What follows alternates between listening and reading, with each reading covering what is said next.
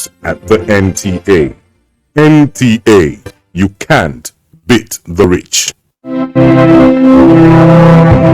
A new edition of TV Guide is out, featuring an impeccable personality with purposeful leadership, Alhaji Mohammed Mitakobi, the Executive National President of Road Transport Employers Association of Nigeria. In 774 local governments, will be able to put all our structures in everywhere.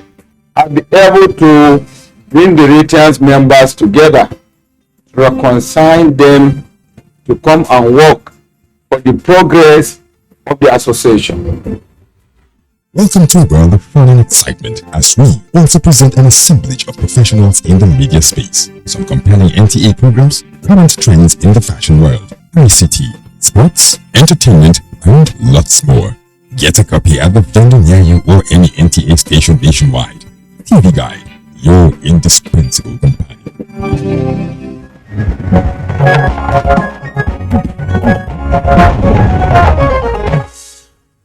Alright, good to have you with us once again. It's Good Morning Nigeria, a reminder of our focus.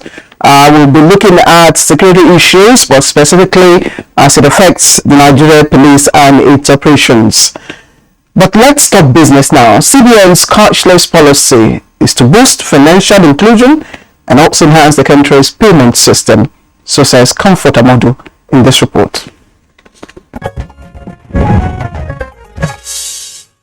Recently, the Central Bank of Nigeria reviewed and revised cash withdrawal limit across all channels by individuals and corporate organizations to 500,000 and 5 billion naira each. An ATM withdrawal pegged at 100,000 naira daily as it redesigned Nigerians' major currencies. We are going to have a lot of policies that will go alongside it, that will make sure that we adopt an electronic payment system properly.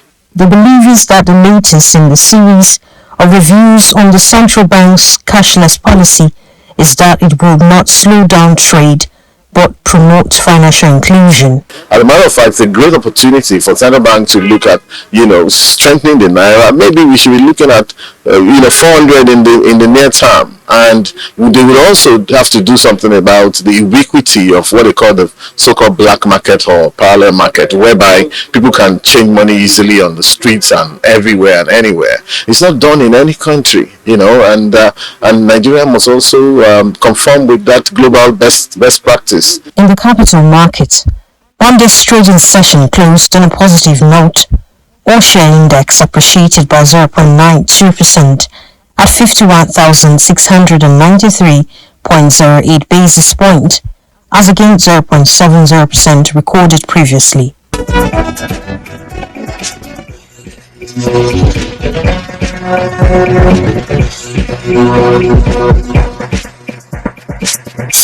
With business news, Comfort Amadu. Comfort Amadu with business news. Thank you, Comfort. We appreciate that. Next is newspaper review.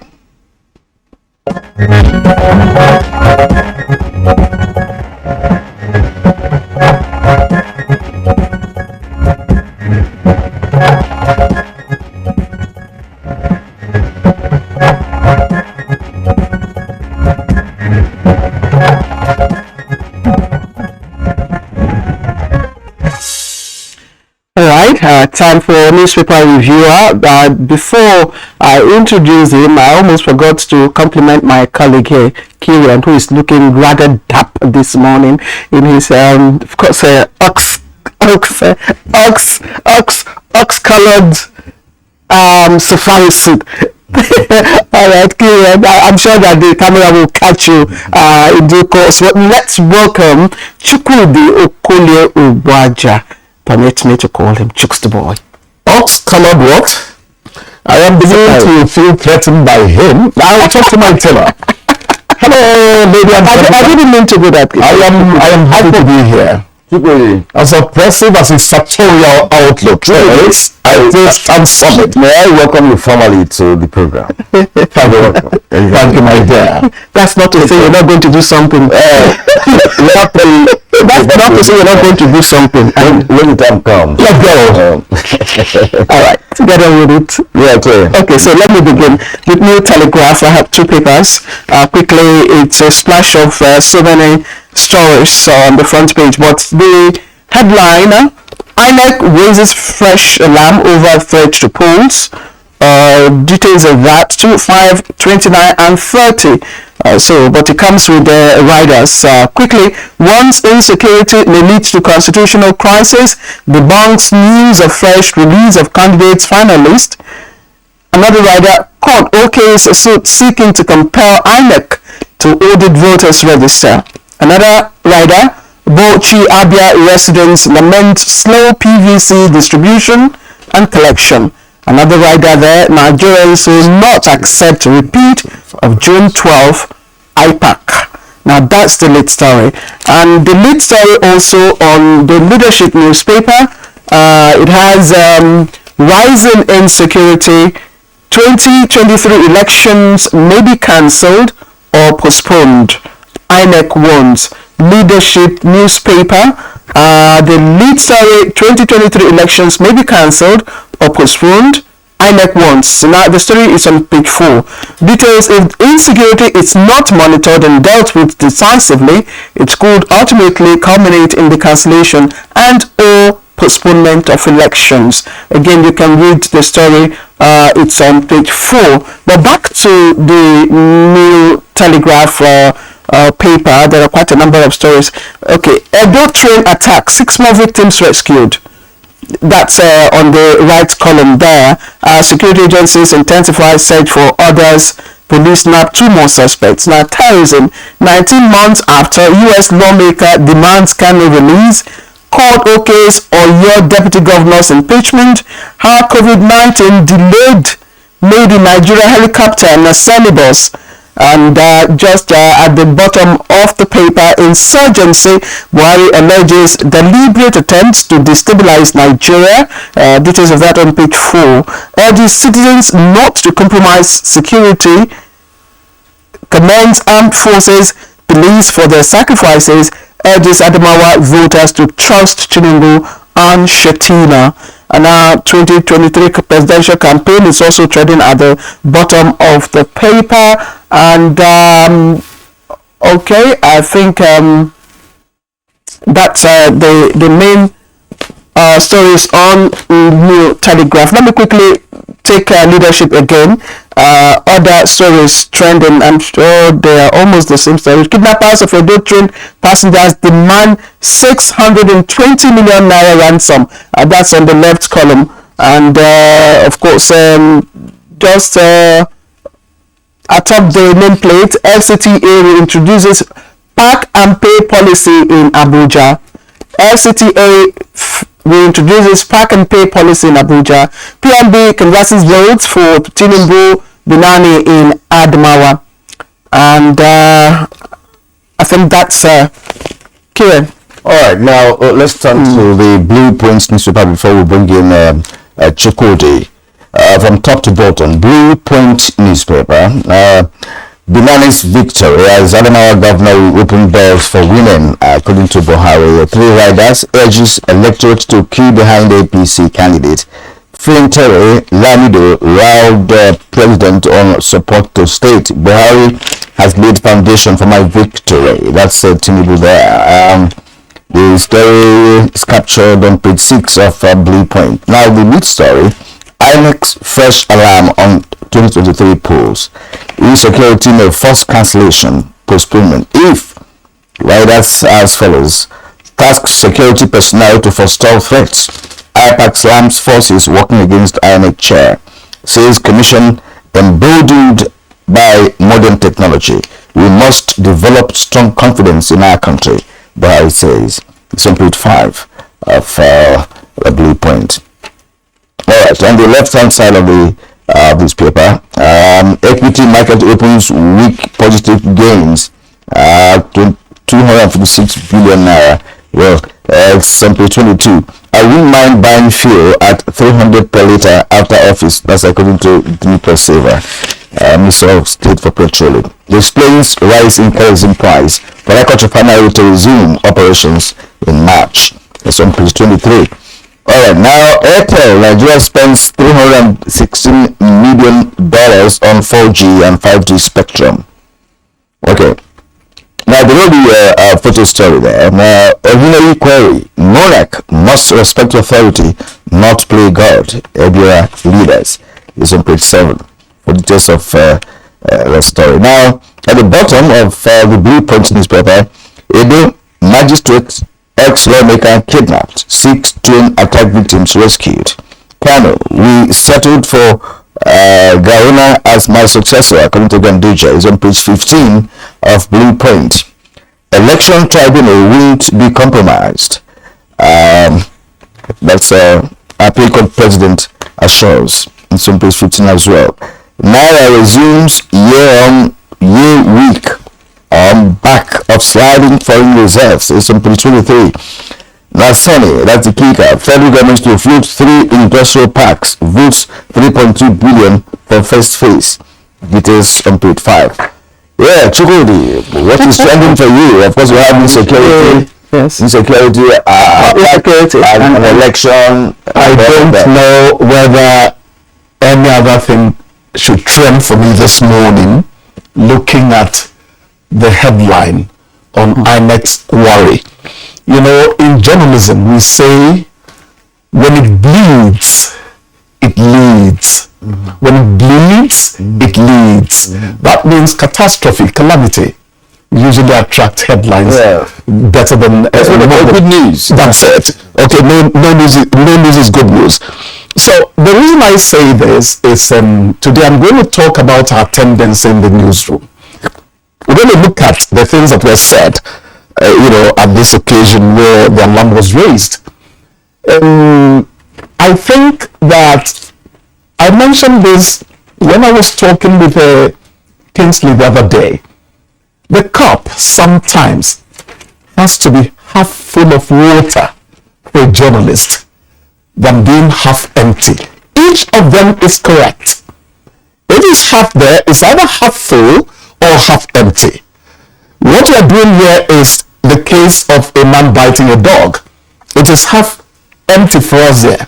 Well, the journalists will tell you, we do this so that we too begin to warn about possibilities of what is the bedrock of democracy. It is elections. So we cannot toy with it. So to that extent, we can justify the headlining.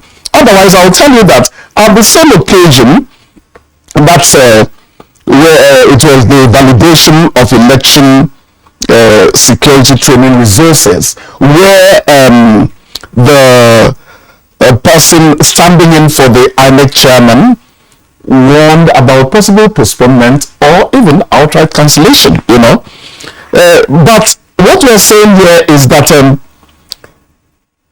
INEC is telling us that the bottom line is for an environment for free and fair polls to happen. If that is not assured, then we could take this step. I'm sure that legally, the legal instruments are there for INEC to take action when this happens.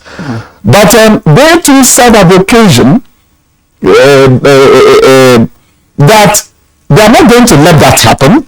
And the National Security Advisor, Babagana Mongil, also joined and said it would not happen. So why would we not pick our headline from there? I don't think that distress should be in the order of the day all the time. I may be ratting on journalists, but I think I need to say that. I understand you. Yeah. What about the ethical value? I mean, how you should practice. It is there. But then the commercial aspects of journalism should not be negated. You have to solve. Yes, because that aspect of the people should exist in the first place. Yeah. They're run by individuals, by management. Okay, they have infrastructure to take care of. So in that correction, they just pick that aspect which they run at. they didn't just produce it. Okay, yeah. So the first, imagine where do we draw the line? Yes, where do we draw the line? Bring me into decent bets. Yes, where do we now draw the line? Can't be correct all the time. I'm sorry. Hold on. Please go on. And so where do we now draw the line between, having the interest of the state on one hand, and then having business inclined on the other? Yeah. So where do we draw the line? There must be a meeting point. That's where do you delineate? Yes. You're asking me, where do we delineate individuality? You see, I tell people you can't have a journalist just because you have factuality, fairness, objectivity, and balance. There has to be an honest man for those things to work. You need to be a good man to be a good journalist. And you need a lot of country. You see, these people come with these things about professional ethics. I look at you and say, what is the background of the man who is practicing the professional ethic? How good is he? How well brought up is he about that? Let's get to another.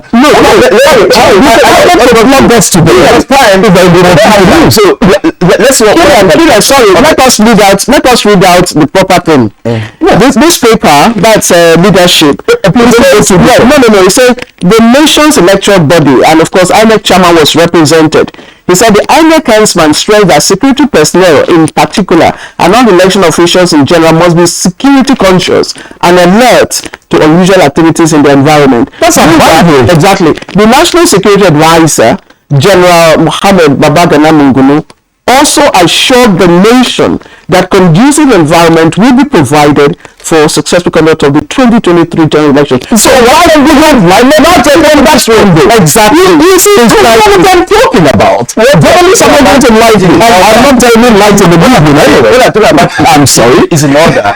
It's in order. Yeah. But in a country where you have a proliferation of the media, where even online practice is a point. Now, people will want to survive. I'm not saying that it's the correct thing to do, but I'm not totally wrong in a way, because once that statement was made by the person who was quoted. I mean, they quoted the person who made. So it's not as if they faked it. Okay, but I understand what you want it to be modern. So sometimes you need to be conversation manager, patriotic. Whatever post you occupy your life. Can you take another? Intention. Yes, we have 2 minutes. But I have 2 minutes to say that. We have just 2 minutes. Okay. We have an idea. We're going to media. I thought you have. Okay. So there's a story I didn't read. I think it escaped me. Federal government promises to end fuel imports by 2024. I think this was when the minister during the scorecard of the petroleum ministry yesterday, and this paper saying that is quoting the minister of state for petroleum resources, Chief Timi Persiva, as saying that this will be made possible by the commencement of operations in the 650,000 barrel per day Dangote refinery. That's exactly. And he also added that he wouldn't mind buying a liter of fuel at 300 naira per liter. But the benefits of him that. That's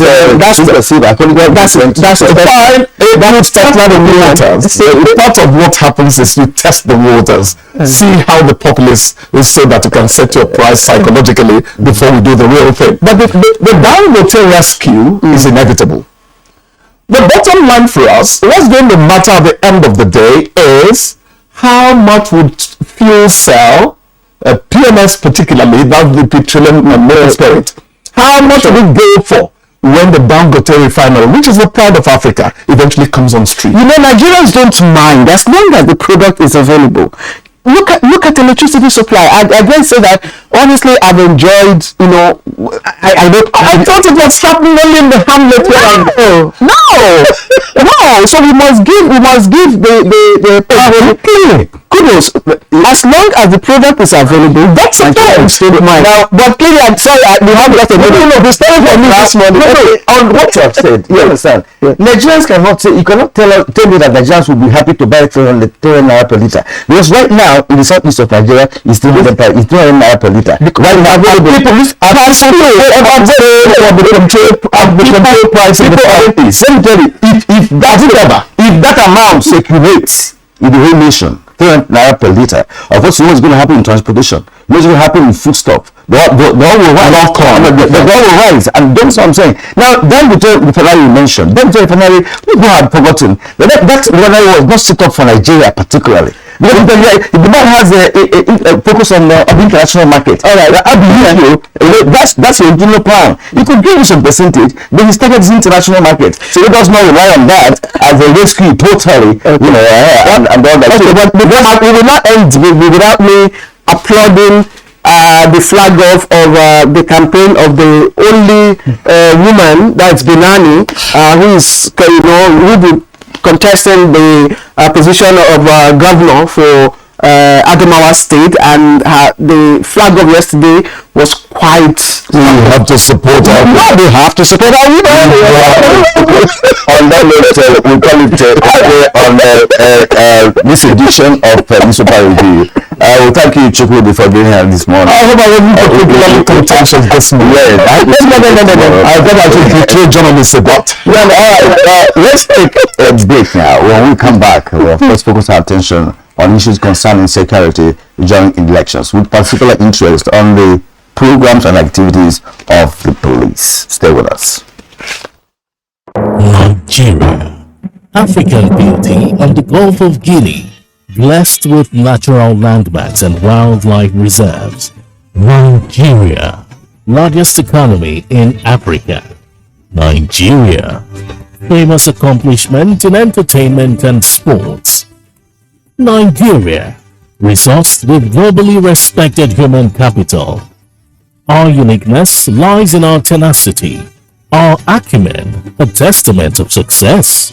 At NTA, we are forever proud to be the showcase channel of this positive energy and the reflection of the good in our nation. The capacity to tell our nation's story would not have been possible without the support and patronage of the three arms of government: ministries, departments, agencies, corporate bodies, advertisers, religious bodies, civil society groups, political parties, and of course you, our esteemed viewers.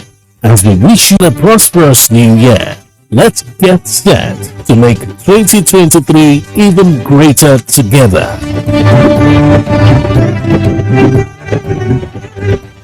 Critical military objectives of total defeats of the terrorists in the Northeast is already been achieved. Synchronized group and air operations have continued to inflict huge casualties on the terrorists, and they have been forcing many of them, including their commanders and emirs, to surrender in droves with members of their families. Whilst areas where terrorists hitherto have some freedom of actions are being cleared, and socio-economic life is gradually returning to the most parts of the Northeast. As well, internal displaced persons are now returning to their ancestral homes to start life all over in dignity under a safe and more secure environment. This message is brought to you from the Federal Ministry of Information and Culture. To every politician, as the campaigns gain momentum and passions begin to rise, remember, the errors of your opponents do not make you a success.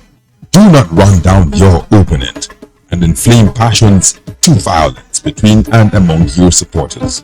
What counts is what you plan to do for the electorate and how you intend to relieve the sufferings and bring succor. Nigeria is in dire need of patriotic leaders at all levels, leaders who will make national development their priority. Concentrate on telling the electorate what you intend to do when you get into office. Focus on making your vision clear to the electorate. Don't engage in verbal abuses, fake news, or speeches. Keep dealing with issues that will bring progress. You win the hearts and minds of the people by being above board, by being civil, patriotic, and showing empathy. Let's join hands to make the 2023 elections peaceful. A message from the National Orientation Agency.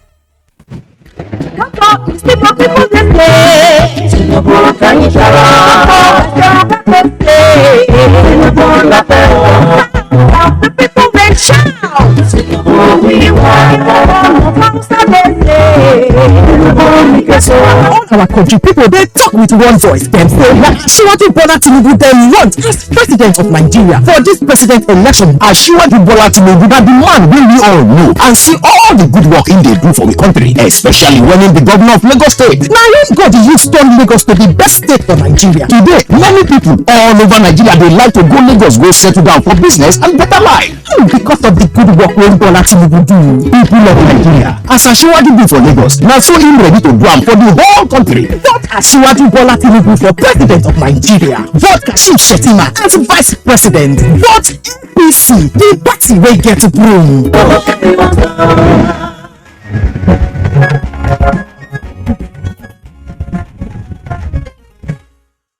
If you just joined us, this is Good Morning Nigeria, only on the NTA network service. Now, to begin our conversation on the subject matter, let's watch the views of some Nigerians on their expectations from the security sector in 2023.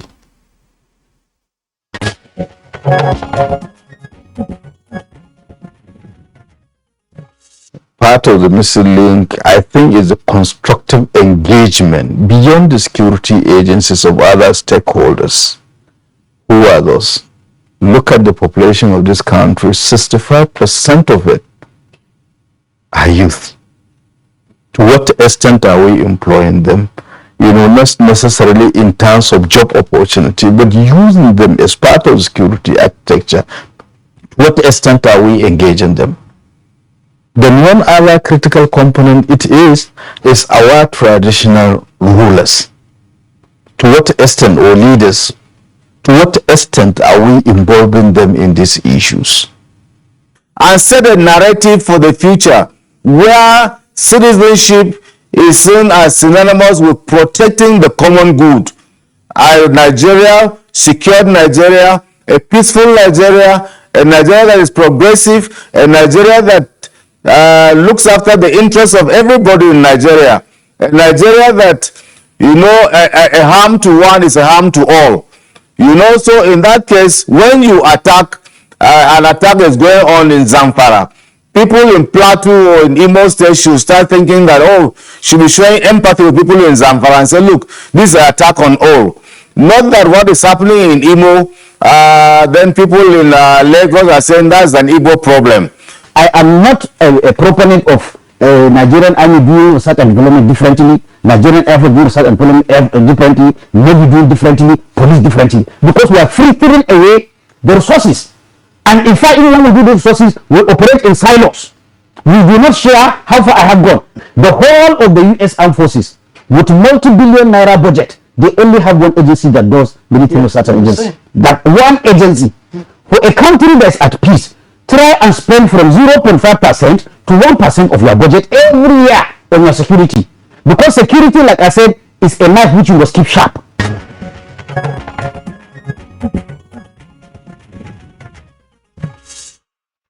All right, you've just listened to excerpts from our conversation on the security sector in 2023.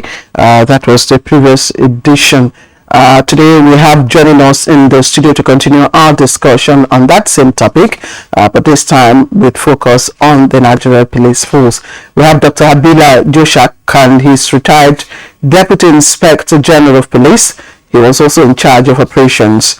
We'd like to welcome you, sir. Thank you for having me. Of the season. Thank you for having me. Thank you.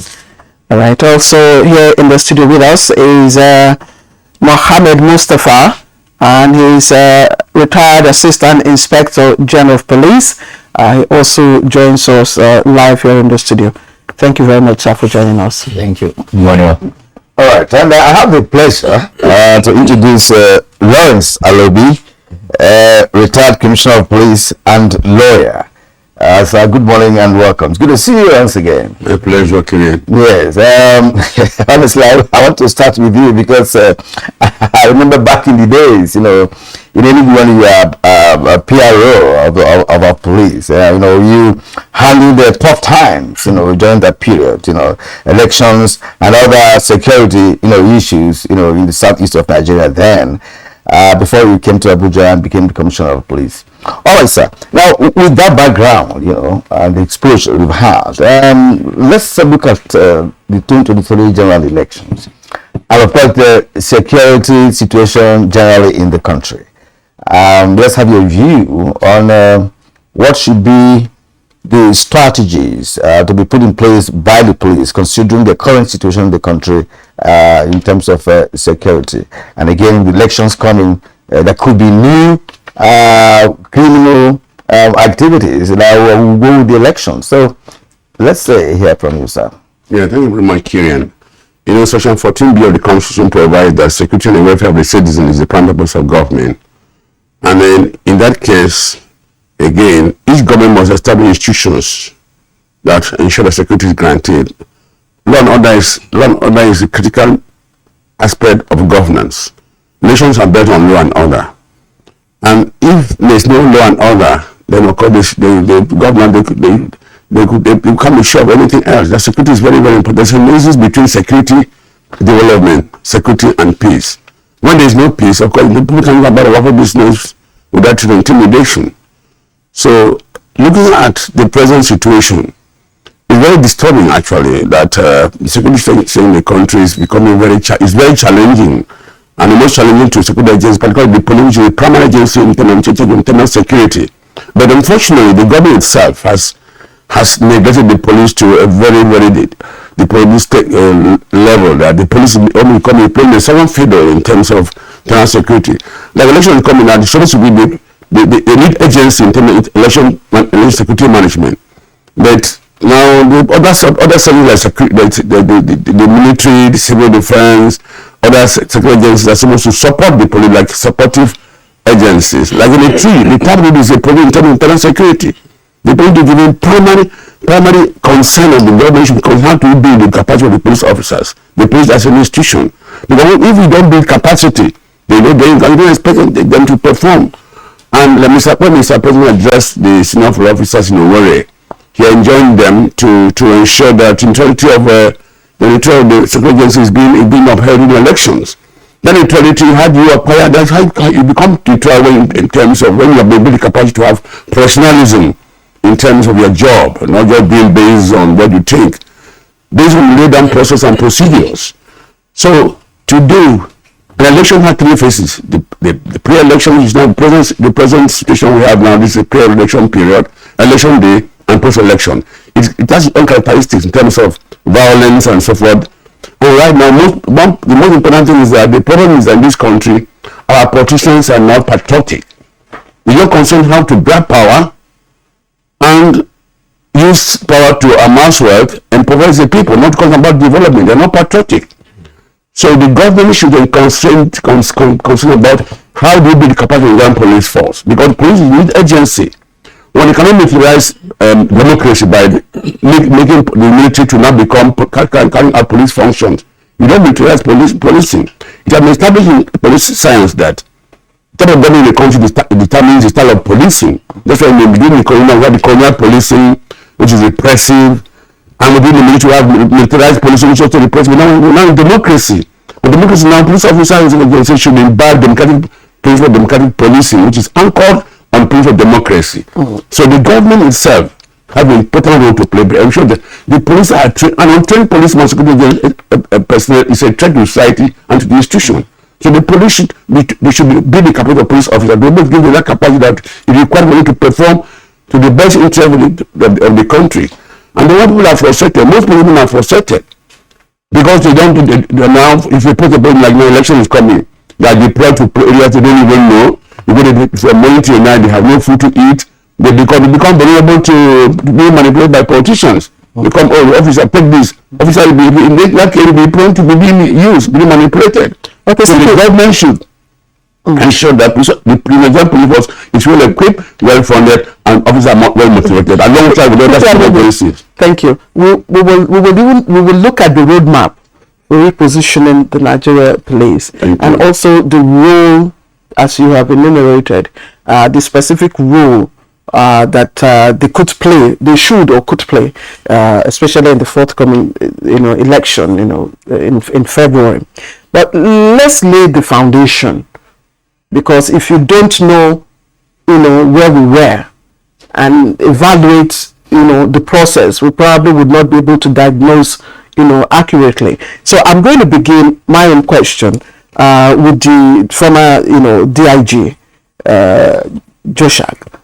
Because CP Alobi had mentioned neglect and capacity issues, as well as frustration. And of course, he also said that Section 14 puts the primary, responsibility of security on government. At what point did the Nigerian police fall off the edge?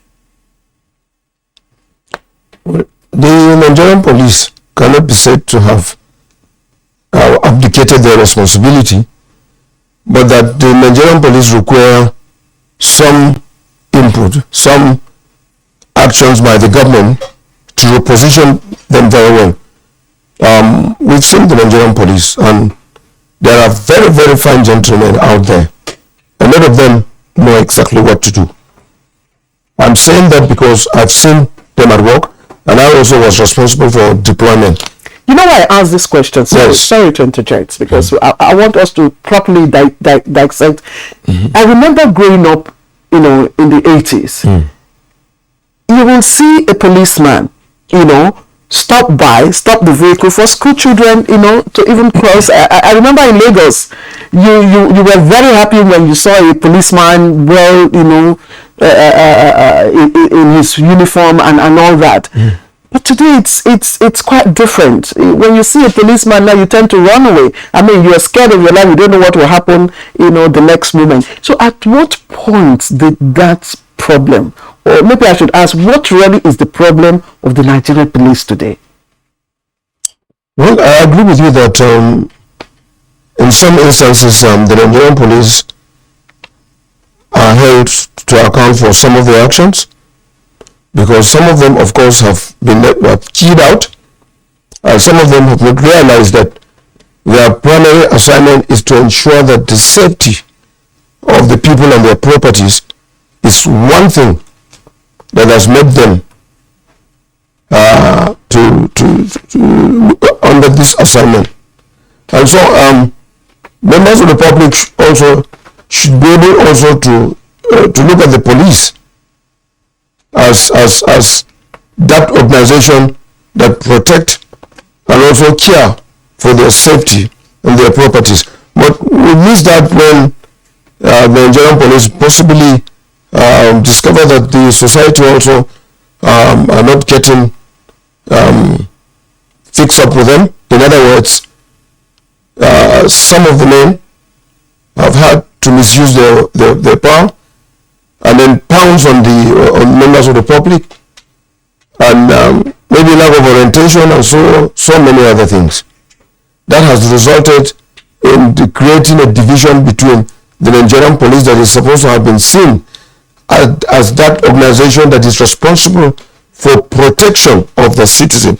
And so the citizen of this country decided, a lot of them to think that the Nigerian police is not friendly, the Nigerian police does not do exactly what is expected to do, and so confidence and trust is lost. Yeah. Exactly. Honestly, from what we've said and what we've known over the years, there is a big concern about police and policing in Nigeria. I've had a cause to interview one former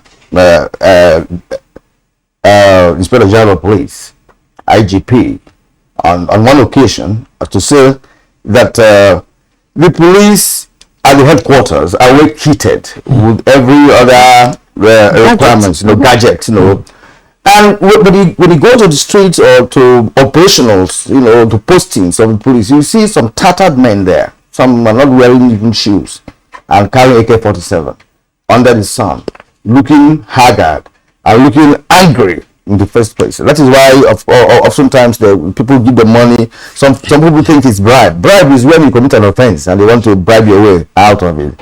But when you see somebody who's under the sun, who you know that this person is not a happy man, you could say, okay, my friend, take this and stop. For me, that's not a bribe, But the man needs it because you can see that he needs it and all that. So that brings us to the question my colleague raised earlier on. The major problem, what is the fundamental issue? That has to do with what do you call it? Salaries, emoluments, or whatever it is that police are paid. And I asked that IGP then that no policeman should earn less than 200,000 naira a month. Even the recruits should not. It starts from welfare and all that. So when the IGP was saying that people lost confidence in the police, it's because they're turned beggars. They're turned beggars and all that. It's happening today. So let's bring you in, AIG Mohammed Mustafa, retired. I know you've had a lot of experience, having gotten to the level of AIG before you retired. Now you know what is happening today, security-wise. Yeah. How do we revamp the Nigerian police or re-energize the Nigerian police? Thank you, Kirian. How do you get to this level? Let's look at it. The decadence, the long period of decadence. Government is also involved. The police itself is part of the problem. Then the public, the CP has said it. You deserve the police that you get the police that you deserve. She has just said that the policeman used to be very happy doing crossing children and all these things. You look at that time. The people own their police. So the relationship, look at it. So so much has passed under the bridge for us to reach this. So much of the decadence and neglect and abandonment has led us to this. Several years of this. If you look at Damurabi and Muhammad Yusuf recommendations on reform of the police, you need the complete budget of the country to bring the police to the minimum level that we need. So thank God now the government has intervention is okay, police trust force is around. So it is left for us to do the accountability actually. Yes, before you make sure. Yes, how much did military interventions in this country affect, It's so much. Yes. It's so much. This is you sabi into even within, forget about even the military. The EFCC, who formed the EFCC? The EFCCs are police officers. They formed it to this level. All of them, all the past leaders. And now look at the present situation now. They don't even want to police officers to even on it because of the panel. The panel recommended that others should lead the police. I mean the EFCC. Very soon we'll start seeing that EFCC will start going down. Somebody who brought you, nurture you, train you and all that, and now you have excised them. Very soon there will be set up. I'm telling you, we'll see that EFCC may not perform. Because you said you don't need the man who trained you, who brought you. You understand? That impetus is very important. So it's just needless. You are creating this, but this is just for the EFCC. The military cannot do policing. It's not just possible. We have, even when we hand over issues, there is an arrangement that if it is beyond the police, you have to arrange the rules of engagement. The procedure, your SOP is very clear before you hand over a situation. Such things are not being done at the earliest of any. Police is the first responder. But today, CP Alobi also mentioned neglect, yes, and capacity. Yes. So could these two also be a reason why today the integrity of the police has eroded? Of course, when we don't do a lot of training, it is. I'll tell you, part of the problem is also the police, of course. Training, even neglect training. How do you get it? At one time, why do we perform very well outside the country in peacekeeping operations? I was in Burundi. We were only 2 officers that even went for peacekeeping in Burundi. 2 of us. There are our colleagues in the military were there, as others were there. I was in Angola. I was also in Liberia. We do things there. I mean, we perform wonderful work. Why? Because there's a lot of motivation. Your salary at home is flowing. The family are very happy. Then your allowances in the union too. You perform. In fact, in most of the peacekeeping there, certain positions are being reserved for Nigerian police officers. Yes, I was positions. Yes, I recall the police had accolades from the UN for their performance. So what happened? Now, you mentioned something very, very critical here, and that has to do with the police. The police is also its own problem. Yes. There are times some persons who do night operations, there should be allowances for that. Okay. It never gets to them. Yes, the guys will chop it. And some people will tell you that, look, some policemen, if you want to make it, they'll post you to a particular place. It may be a roadblock or whatever, that the person who sends you there, like, have to bring returns. I don't know how true that is anyway, but these are the things in society the people are believing that is happening. So a CPLOB, I mean, you have traced how we got there, you know. Now, how do we meticulously run police affairs in the country to ensure that even internally, that there is peace internally, you know, within the police itself, to be able to administer itself? Because after all said and done, we have a hierarchy, and whatever government gives to the police, of course, that hierarchy has a responsibility to administer and, of course, be responsible for that. So how do we now checkmate, you know, the people who run the fabric of the Nigerian police? You see, looking at the problem confronting the police, you can start from looking from historically. She brought about the issue of the military. Military intervention really destroyed the police. Seriously, we need to be factual about it. Don't play to the gallery. Let the truth be told. When the military came on board, the military saw the police as a threat. That Shari was equipping the police to check the military coup. And when the people came on board, they saw the police as a threat. They want to make sure they don't make the police to be impotent. So the equipment was seized and so forth. Were neglected. And neglect also the truth. Police were doing for military operations. I was checking federal operation for 5 years, the longest in Nigerian police force. Right? I was a constable together with 4th battalion. Even in Abuja, together with 10th Marine Commando, we work together. Police functions are different. The police were being brought down, and it militarized the police to be subservient. You don't see the police as being important. That rivalry is still there. We can't play to the gallery. That rivalry is still there. We need to be factual. This is our country. We have no way to go to pretend to allow to put things under the carpet. Let us be factual. It's our country. Nobody come and help the country for us. We have to make our country better.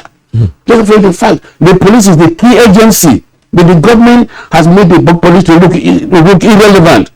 You know, the way you present me, the way people see me, and the Nigerian police, like you said, this internal leadership of the police, they are responsible. They are too docile. Anything happens with them, we don't care. For me, I will tell you the truth. Because at this age and rank, I don't think what am I afraid of again? I'm not going to appointment. But I want what is good for this country. The police need to be reformed. Not just cosmetic reform.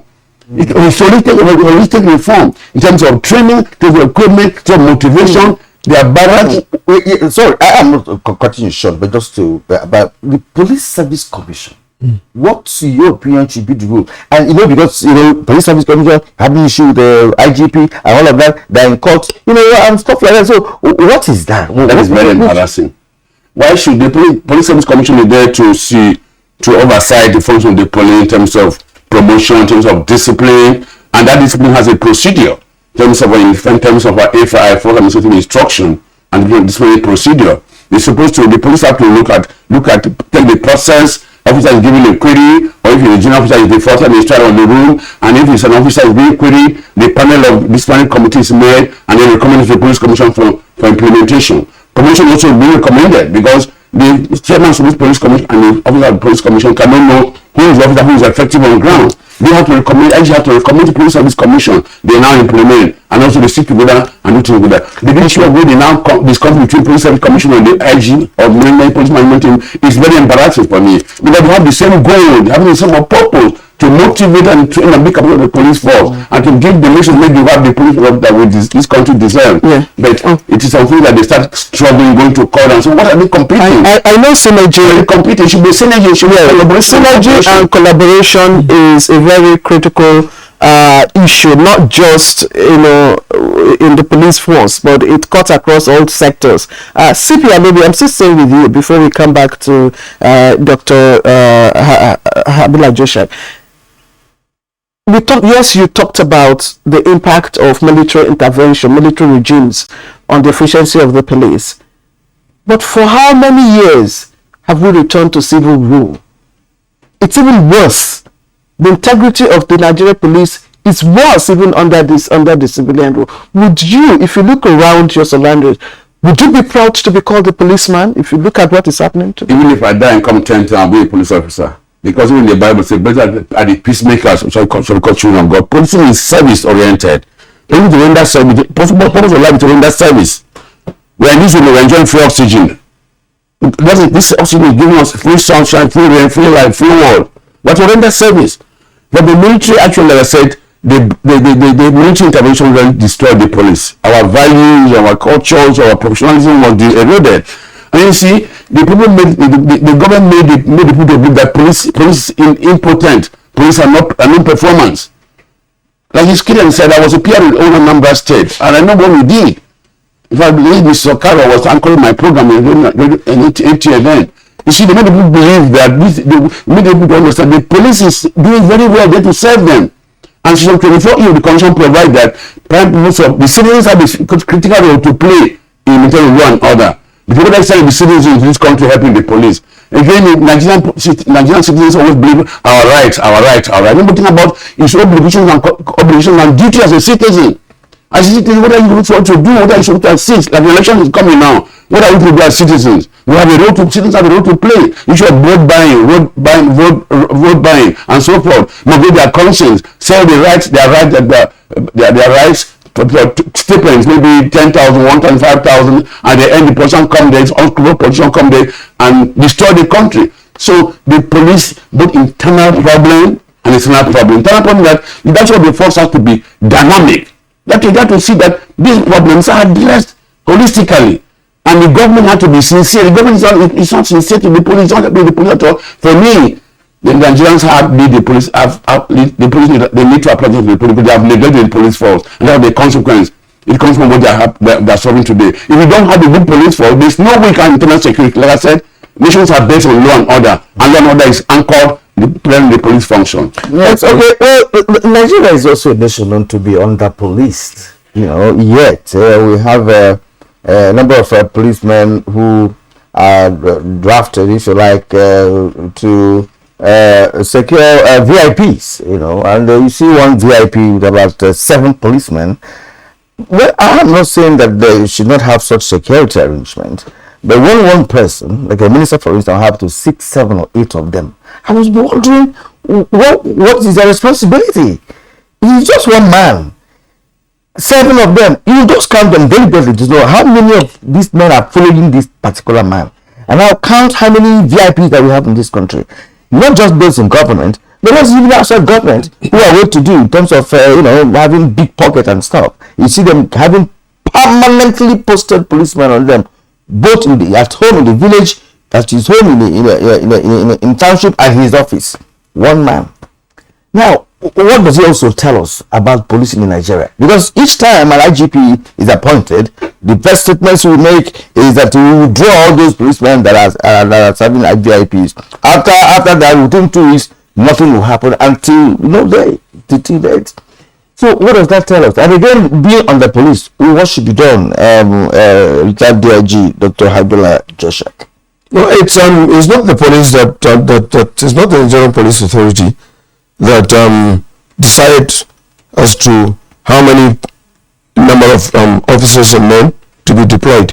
It is on request, and sometimes a lot of the people who would want to have the police in that large number would insist that they tread on them. It's a very serious one. It doesn't happen in other crimes. It doesn't happen in other crimes, or the people look for their own private security in other crimes. Well, in other crimes, I wouldn't actually say yes, no. But like I said, the responsibility of the Nigerian police to ensure safety of citizens and their properties within the country.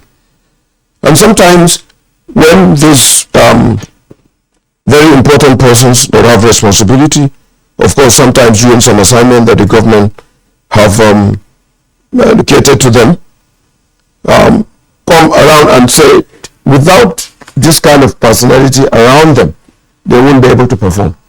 And so the officer out there doing trade analysis would want to say, okay, we can give you this, but we can't give you what you want. And sometimes it becomes difficult for the man to accept the number that has been cut down. And so the officer himself would want a situation where he has to assure the VIP and ensure that he is protected. And so you deploy because it is a need. But I agree with you that the number in some cases are outrageous. Sir, please let me speak for ordinary Nigerian. Yeah. Or the ordinary Nigerian who is not a VIP, who also has the right to be protected by the police. And we are saying that the number of policemen that we have is under, considering the population of Nigeria. Yes. And it is growing on daily basis. And these men are increasing the number of policemen attached to them also on daily basis. Now, if everybody that has money in this country should have police attached to it, as a matter of fact, there will be no police to be drafted anywhere else apart from individuals. Right. So what I'm saying, sir, is that in other crimes, if American police, for instance, will deploy policemen to individuals, VIPs, all the VIPs in America, I'm not sure it's going to work that way. But I'm saying that it is an extra duty. Should there be innovation in policing in Nigeria to even ensure that the number of policemen that they have will be able to police properly and not throwing individuals around and all of that on occasions and all of that. For me and many Nigerians, I see it as some kind of it's a minus, so to speak. What can be done to adjust that, please? Yes, I think I agree with you that a lot of citizens frown at a situation where one man is surrounded by a lot of police officers armed, he alone. And I think that the police should look towards that direction and ensure that protecting the individuals should not come should not be put first in protecting the country and other citizens. So I think this is very, very important, and I think that there has been some points that have been stressed informing the authority of the Nigerian police that they should be very, very careful, and they should try as much as possible to do trade analysis on every other person and decide what number. The number of some of the police, or the number of police officers in some crime where one man has about 10 policemen is not acceptable.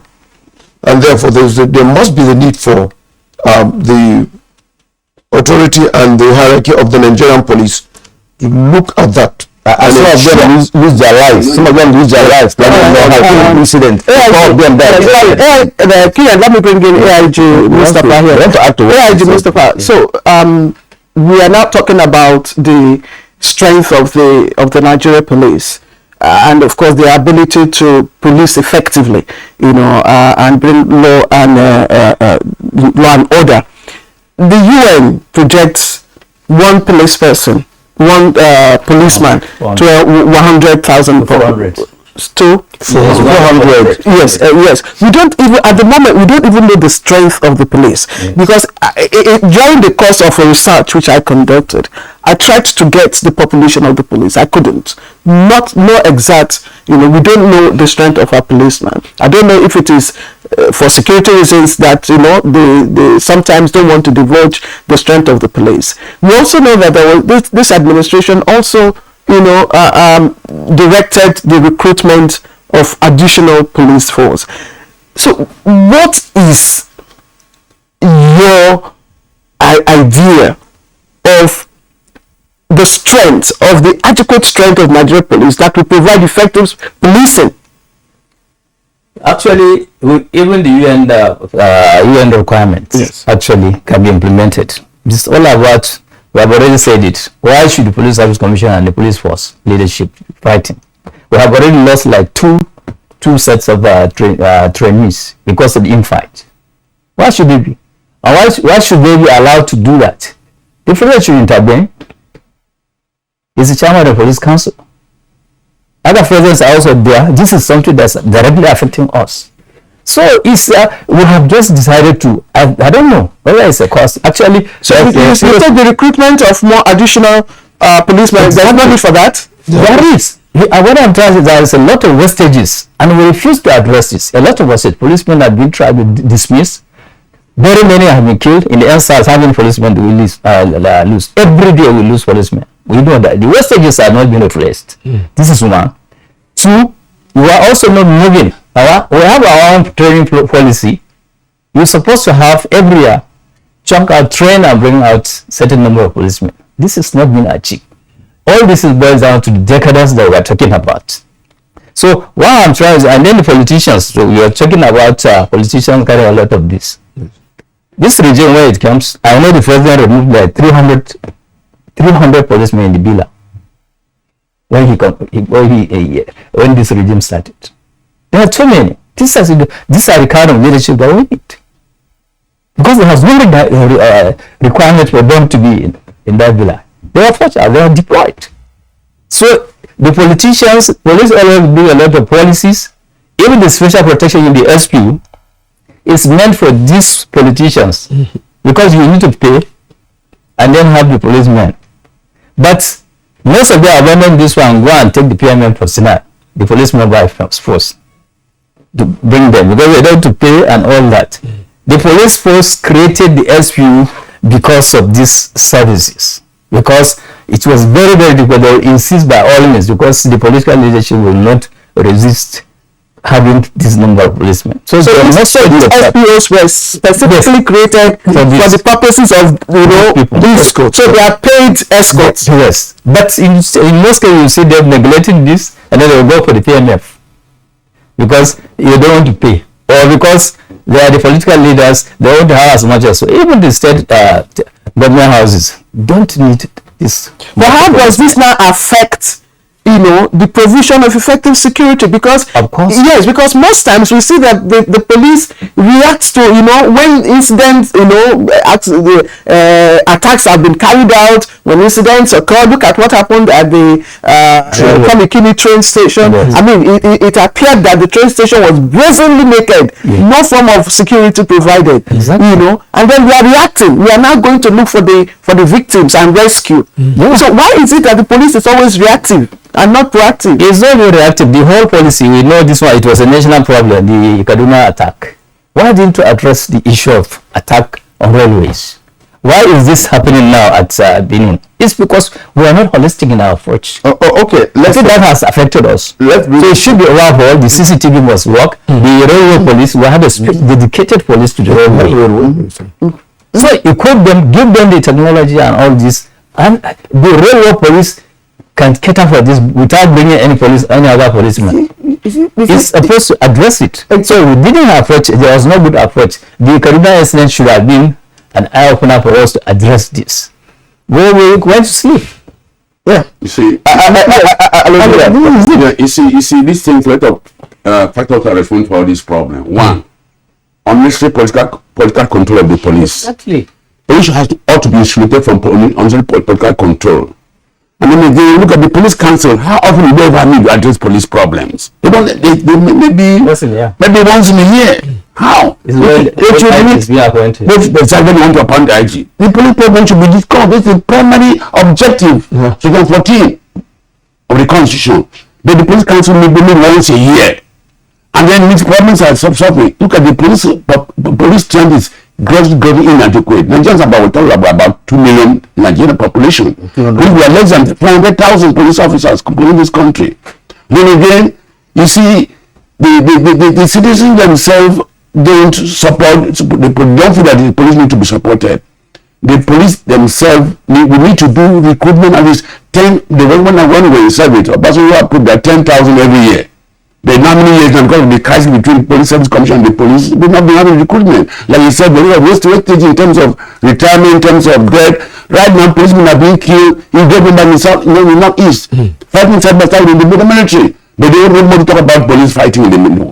Fighting. We talk about the military. Now tomorrow we'll be celebrating Armed Forces Day. What would they ever Armed Remembrance Day? What would they ever celebrate Police Remembrance Day? Nobody recognizes us. You know why? Because we are the primary agency.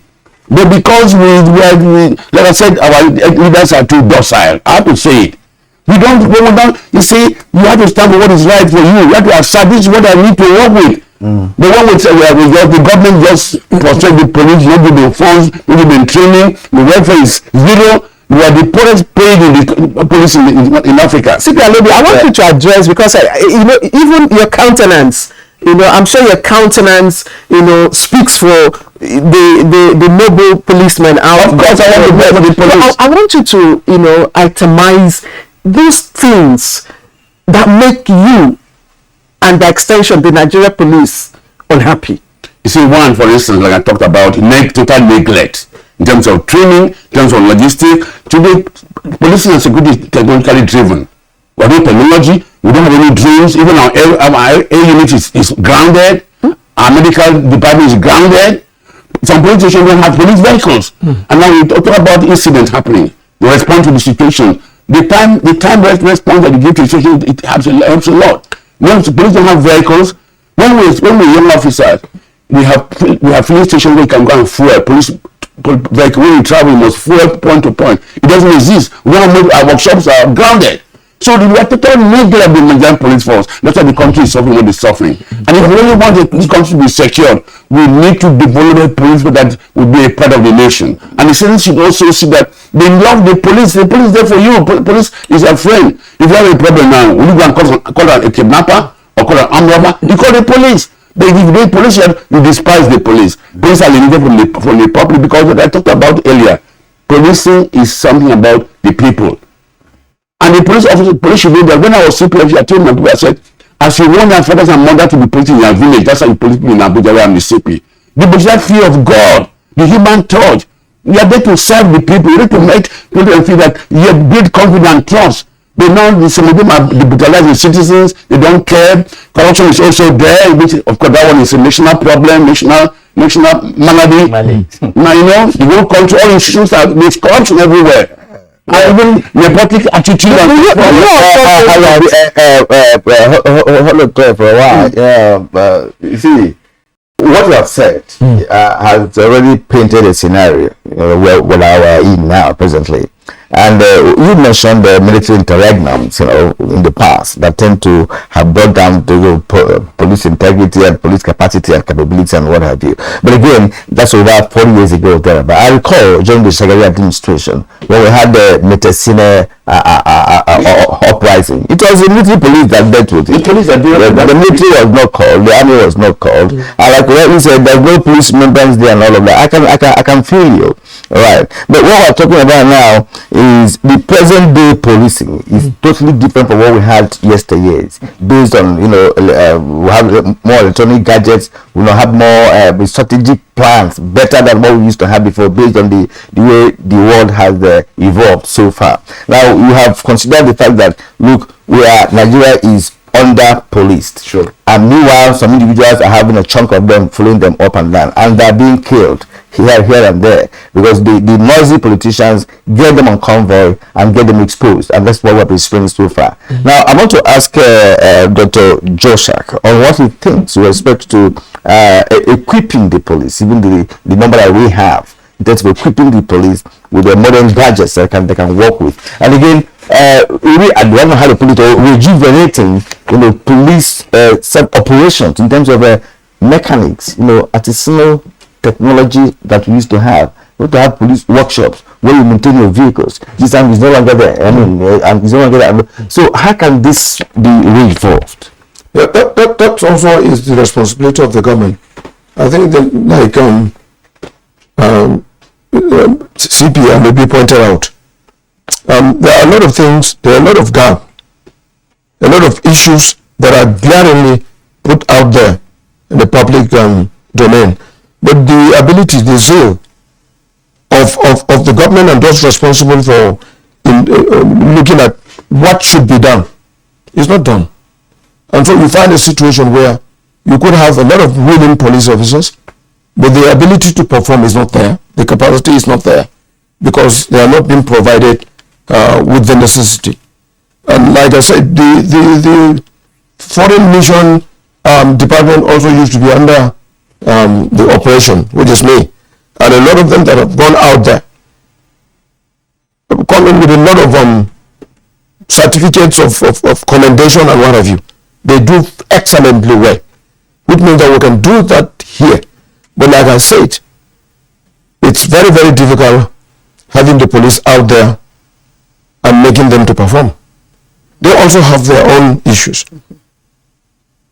Some of them also have decided to do it their own way because some of the things like they mentioned, there are no vehicles to move. The vehicles are not being fueled. The workshop where we normally take this vehicle for repairs are not there. And so when you go out there, you look at even the number of patrol vehicles that are supposed to be in this in the various division are not there. But we see, sorry to interject, we see, state governors, state executives making, donations several times. We'll see private individuals also donating vehicles. Would it also be as a result of utilization of those vehicles, the way and manner those vehicles have been used? Yes, the way that it's like. You give this, the Nigerian police this kind of vehicles for them to assist the state governors in ensuring that there is peace. The maintenance is one other thing. You need also to set up the workshop for the maintenance of this vehicle. We used to have them. By the police itself. Today they are not there. And so how do you expect? In fact, in some cases, the police officers on duty and are being assigned a vehicle, they try as much as possible to contribute to repair the vehicle. To repair the vehicle and to fuel the vehicle. And so these are the issues. These are issues that are very glaring. These are issues that government must look at. And for me, I have had opportunity to mobilize the police and join with the military, whether it is Maiduguri or it is in Zamfara, or whether it is in Niger or Benue. And they do well.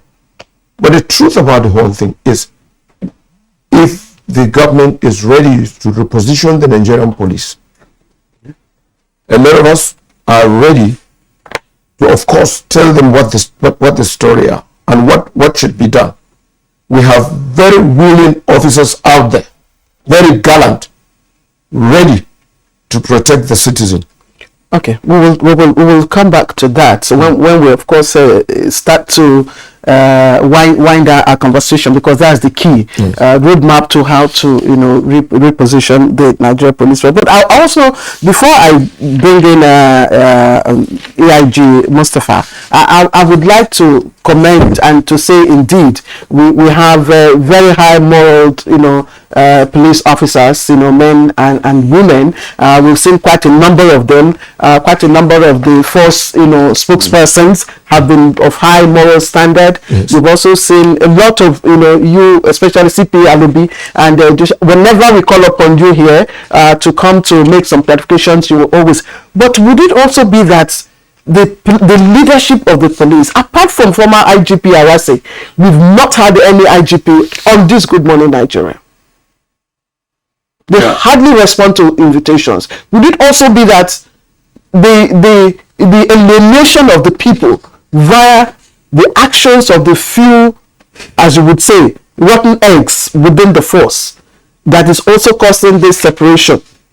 Yes, and so Sunday India also, was here. But apart from these two, I can't remember of any that has come up to go on Good Morning Nigeria to make some clarifications. It's always Dr. Joshua, and a few others. I think they should be able to respond. The present IG was public relation officer in Borno State. I was a FRO in Abuja here. You and the police used to be my program. But, you and the police, But you and the police. The reason we're having this conversation, about 25 years ago. The reason we're having this conversation is because when we had the last conversation, we did not have a representative from the police force. Yes, you have to say it. I have to protest even on this. Exactly. So you security, you can't bring police. When the citizens call upon the police, I came over. I think what is happening is if they should be, we will encourage them to come. But what is there is to talk about what they have said. You see, we just have to get these things right. The long period of decadence is still there. You understand? 5 billion naira about 10 years ago, the recommendation is you need 5 trillion naira to bring the police force. The decadence was just too much. Go to Nigeria families today. If there's insurgency, go to UK. The police did not allow the military to come out when there was a terrorist attack. Who owns it? Who is this? Police primacy is very, very important. Police primacy is very, very important. Precisely. It is the police that should come out and contain this. But you have now pushed out the police, and there is a military that is fighting terrorism. Well, the decision 217 of the Constitution provides that the military come in aid of the police. But now the company so it is like you talk about appearing for this program, it's capacity. If you don't have capacity, you don't have that confidence. What is the starting point? The starting salary of a police officer? If I say it will be embarrassing. If I tell you how much I'm earning I earn less than 200,000. As commissioner for 35 years, my pension. Okay, gentlemen, of course we have established the fact that there is some job to do. I mean, to see how we can, upgrade the Nigerian police, of course, to enable it, grapple with the new wave of crimes that we are seeing in today's world. From what I've learned so far after this, at the end up to this point, that an untrained policeman is a threat to society. Yes. And that we should not militarize the police. Yes. Because it's dangerous. So we should have a democratic policing. Look at what's coming up from CPLOB. We will dissect more of that when we return from this very short break. Right. We are watching Good Morning Nigeria only on the network service of the NTA. We'll take a short break now. When we come back, we shall continue with this very interesting conversation. Don't go away. They swore an oath to serve our fatherland and defend the people. They traded their freedom, comfortable homes, and mortgaged their lives on the battleground for our unity and peaceful living. These are the great, fearless, loyal, and committed Nigerian armed forces who risked their lives courageously to safeguard our borders. But in the line of duty, many never returned. Nigerians, arise, let's celebrate our fallen heroes. Put on the remembrance emblem with pride to support the incapacitated and families of our fallen heroes. The occasion gives cause to reflection and remind us of the sacrifice made by our armed forces in preserving the unity of the country. All ministries, power status, religious and corporate bodies to donate generously to the Emblem Appeal Lounge. Send your donations to this account. Account name, Emblem Appeal Lounge. Account number 393-200-7526. EcoBank Nigeria PLC.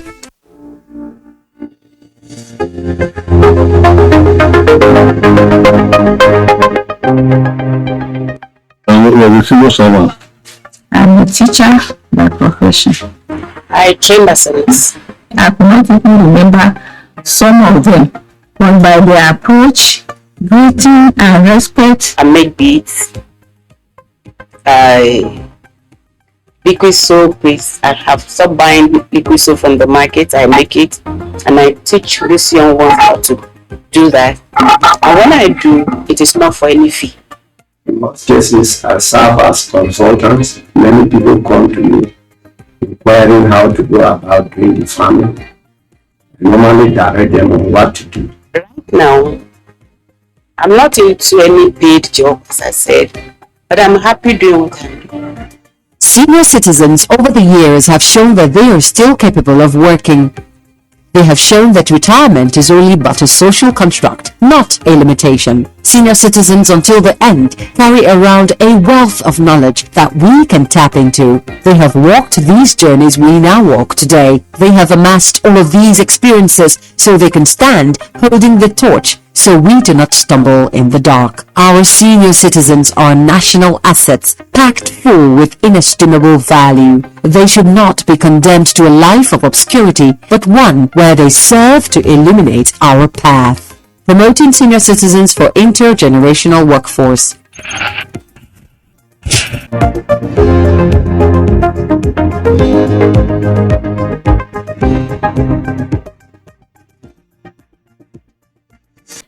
The Ministry of Police Affairs under my watch has been instrumental to strengthening the Nigerian police force to tackle challenges in the internal security architecture of the nation.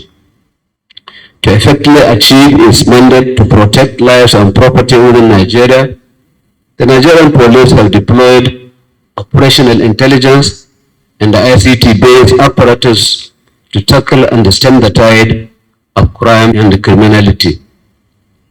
Some of these efforts include the maximization of the Force Intelligence Bureau, Intelligence Response Team, and Special Tactical Squads, through digitalization of emergency contacts via the NPF Rescue Me application for emergency response at the top of a button. This message is brought to you from the Federal Ministry of Information and Culture. As the 2023 elections draw near, remember, evil prospers when good men and women only wish for peace, but never take a step to make peaceful elections happen. Are you a father? Are you a mother? What are you saying to your children as the elections approach? Have you warned them not to let themselves be used to cause violence? Have you explained to them what the consequences of electoral violence might be? Do your part to make peaceful elections happen. Talk to your children. Protect them from unscrupulous politicians who want to put them in harm's way, while their own children are comfortable at home, within and outside the country. Let's join hands to make 2023 elections peaceful. This message is from the National Orientation Agency, NOA.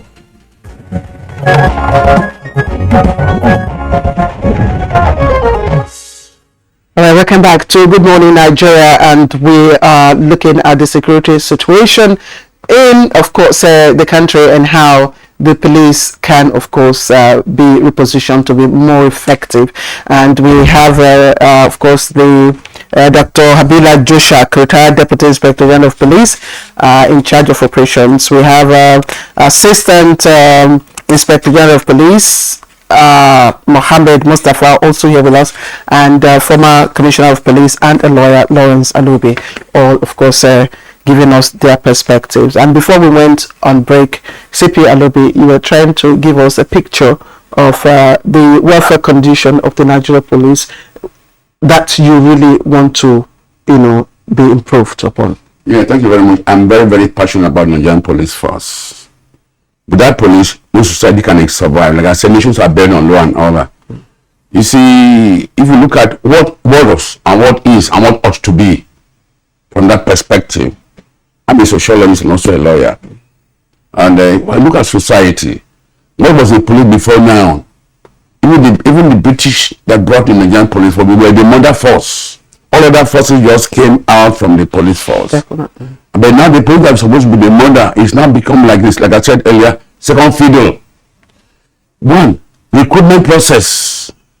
We must have the political will. I said, let us exclude the people from unnecessary political control. Unnecessary political control has made the police to be ineffective. How do you do that? One, if there's recruitment now, you see list from politicians, to the IG. IG will be done with list. And then it's whether people are qualified, don't qualify, whether they're underage or they're not, so you must take them.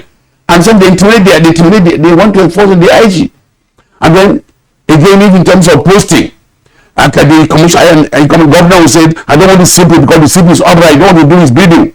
That's supposed to be from political control. And then training is above mentioned on training capacity building. we train the capacity of the police officer. He builds confidence in him. He knows what to do. That professionalism is being manifested in whatever he does. And then again, equipment that I said earlier. Policing in the 21st century is technically driven and knowledge based. You must have capacities. You cannot do what you don't have. And technology is that we cannot just be into police based on the 20 years policing. Policing is dynamic, like crime is dynamic. We need to be with the trend. Globalization, the global nature of the world today is making the police to be more challenging, the police to be more challenging. The government should do the political will and give the good country the police deserve. The police our politicians are not sincere, and maybe because the police is always yes sir. That's why we don't give you what you have. But we're the poorest paid in Africa, police Nigerian police force. And then again, talk about the issue of using of unnecessary policemen. The government should also see how they can empower private security agencies. They can obviously complement the effort of the police because the same way police can be everywhere. We don't have that population, we don't have that strength. So the government should say they can develop private security agencies that are non-state actors to say they can complement the effort of the police, and the police should be given look at the holistic challenge of the problem of the police in terms of training, in terms of welfare, in terms of logistics, in terms of equipment, in terms of new technology and so forth. You should look at it not just cosmetic reform. Look at the police to make it effective and efficient police force that is operationally effective and people friendly. And police much, like I said, they talk about democratic policing. You see, the way we came up as a police force from the colonial to the military, that orientation of brutality, instability, we buy that false. Police is not false. Like when I teach people what they call emotional intelligence, I applied my policing. Police should not everything should be false.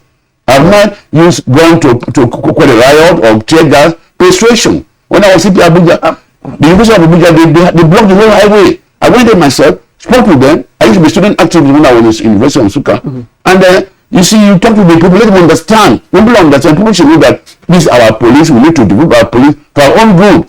So the Nigerian citizens should police, they have a role to perform. Love their police, support the police, assist the police, and the government. They develop that political will to give the country the police the country deserve. I think you made one very, very salient point here, to say that, that the police deserves to be adequately funded, well equipped, especially in the 21st century, which you say is technically driven and knowledge based. Therefore, you have to apply science, technology, and innovation. That's one of the experience I had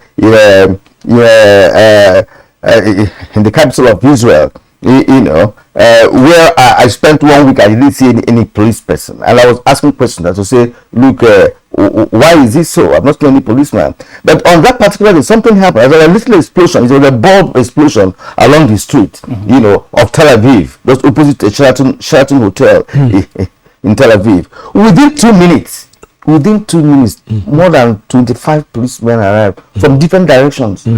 Yet there was no policeman. So it is technology driven. It really happened. It's signaled in so many police operating units, and they all arrived there. And so we can have that here because we have the capacity. That's what we're trying to talk about. Now, let me ask Dr. Habila Joshak, why is it, of course, established that the policemen that go with the VIPs are the ones that even get promoted? And that the policeman in the operation, he doesn't even get his allowances after doing night duty and what have you. That a policeman on the street, guarding the street, does not have good shoes to wear. He had to sew his clothes by himself. He even have to buy the bullet by himself and all of that.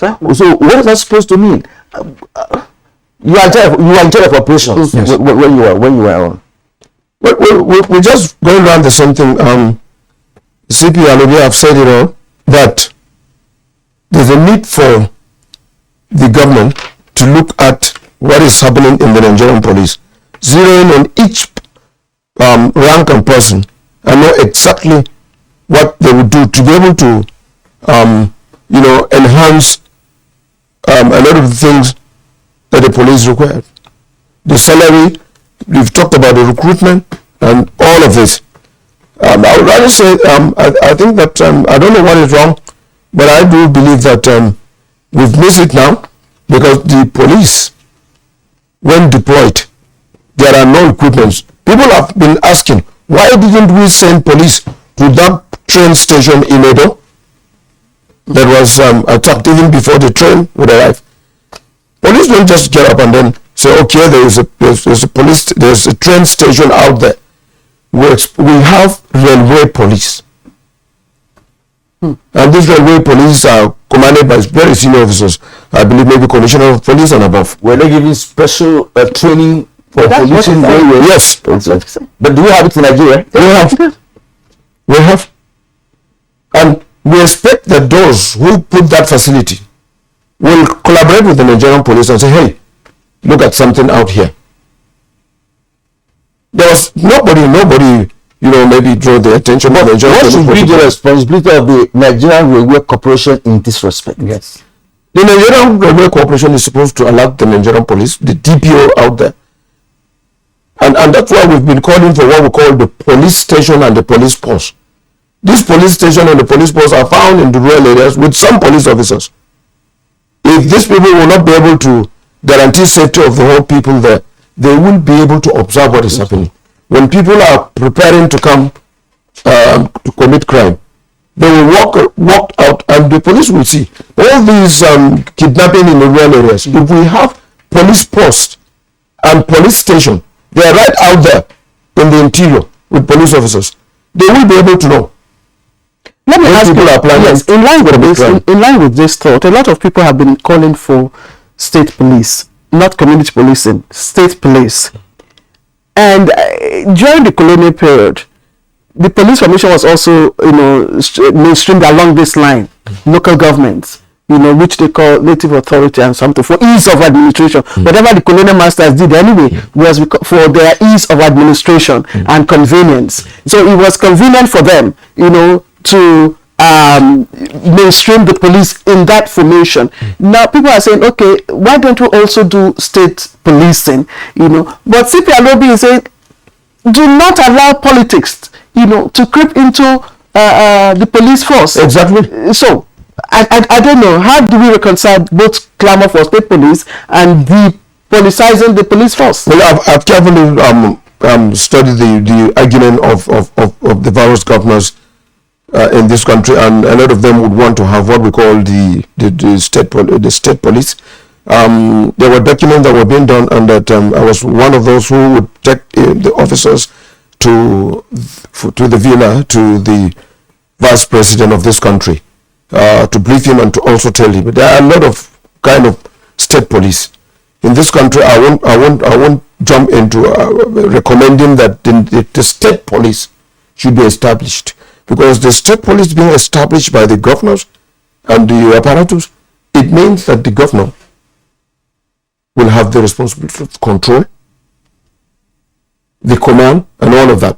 And you know that our politicking is not that which, you know that if I am a governor of a state and I would want to clip the wings of any of my opponent, I would just call the commissioner of police and I say, hey, go out there and ensure that these people do not do this and that. And so I'm suspecting that there like to be a lot of abuse, unless we are not going to conclude whether this will work until we see the document.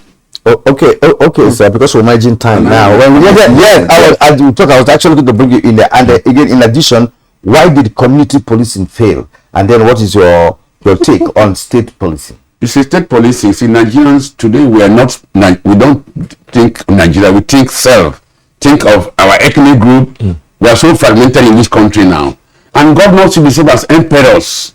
For instance, I saw the right ahead when I saw the deputy Senate president talking about the local government autonomous bill, how the governments are frustrating it. Why? Local government, that is the grassroots governance, grassroots based. But the government don't want local government to be autonomous, so they can control their finances and so forth. So it's only when we get that Nigerian consciousness. Kennedy told the Americans, don't think of what America will do for you. Think every American think of what it can do to make America a great nation. But with the Nigerian consciousness, not actually a bad consciousness, not in Muslim consciousness, Christian consciousness, or Christian or Igbo consciousness, Hausa consciousness, or foreign consciousness. When we develop Nigerian consciousness, I mean Nigerian whatever I am. And we do that thing, that's we will concern about the best interest of Nigeria. What we do? That's nationalistic tendency, patriotic something. Now we are not right for state policing. Are we right for state policing? We are not mature enough. Oh, all right. See, what you have said is what we have heard over the years. Yes. But there are also opinions or perspectives to that.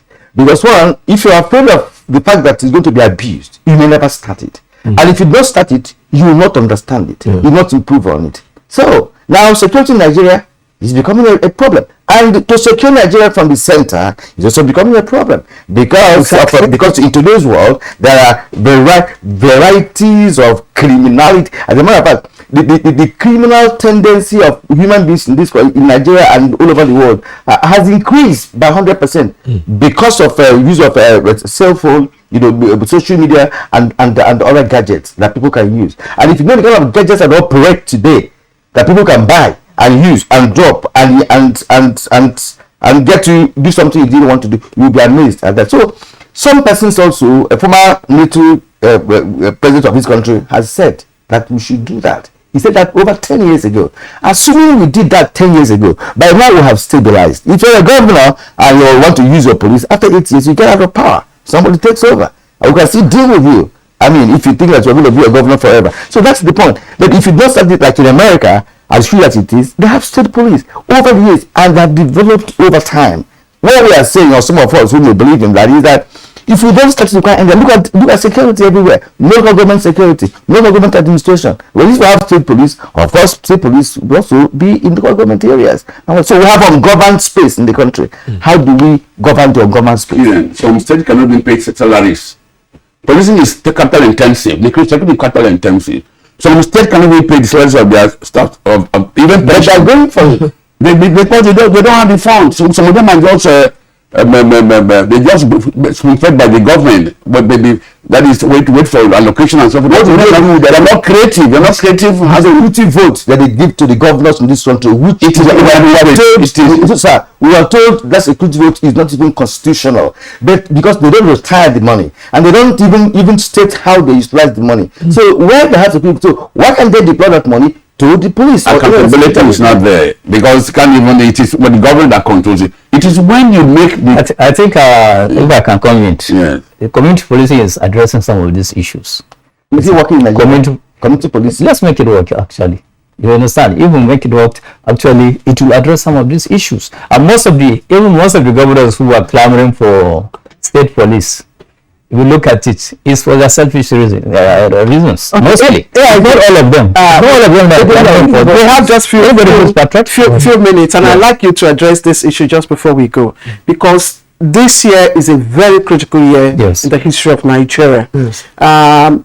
It's election year. Yes. And the umpires are already warning of security threat. And this is also critical for the Nigerian police. Yes. This is a period where the Nigerian police now will be evaluated and all that. What would you expect from the Nigerian police with regards to 2023 elections? Exactly. We have held a lot of elections. This one will also come and go in history by God's grace. We have to get stakeholders. With them, the police is widely spread everywhere. The police is, with even our limited number, we are widely spread. It's a matter of getting the appropriate support for the police. Then with stakeholders, sit down and dialogue like in the southeast. We need to sit with them very well, because that's why the greatest threat to the election. The Electoral Act should also be looked at. The laws are there. So let's address these stakeholders. We come together and it will be over. But by God's grace, election will come and go. The threats are always there. Like you said, we have 3 phases. What about the personal commitment, Dr. Joshak? Personal commitment of the policemen?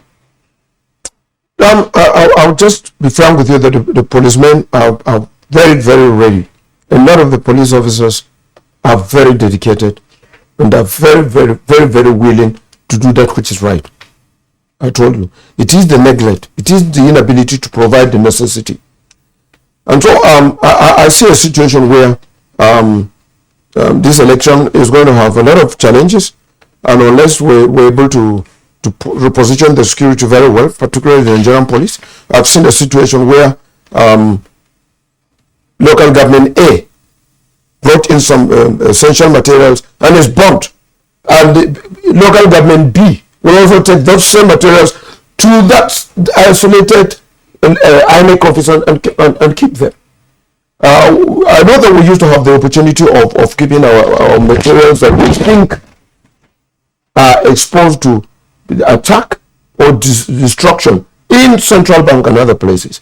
And so I want to warn that those of them that have those of INEC staff that are in the rural areas should not, that they know that they are keeping those things in an abandoned place. There are no security there, and yet they go to put essential materials that have been burnt. They should be on, because they know that they are supposed to keep that in safe places within, the confine of their area, so that the question of materials being burnt and attacked should be stopped. Yeah, you see, the present IG has proactively started organizing training on election security management, which I was involved in with Arase.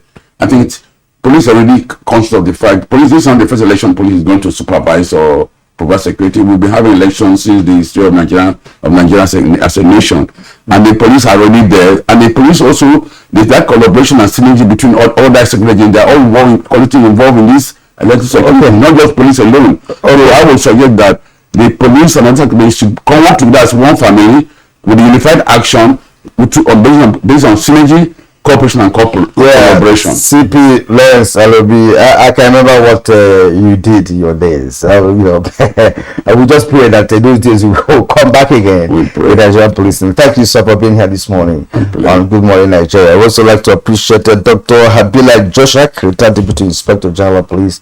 We thank you again for being here. Muhammad Mustafa, retired. We also thank you for coming today. All right. And I got Good Morning Nigeria for today, Tuesday. We do hope you'll find time to join us again same time tomorrow for another interesting edition. I am Claire Adilabu Abdul Razak. Always remember that rape is a crime, and of course, let us condemn the rapist. I am Kieran Umar. Enjoy the rest of the day. I'll see you again tomorrow.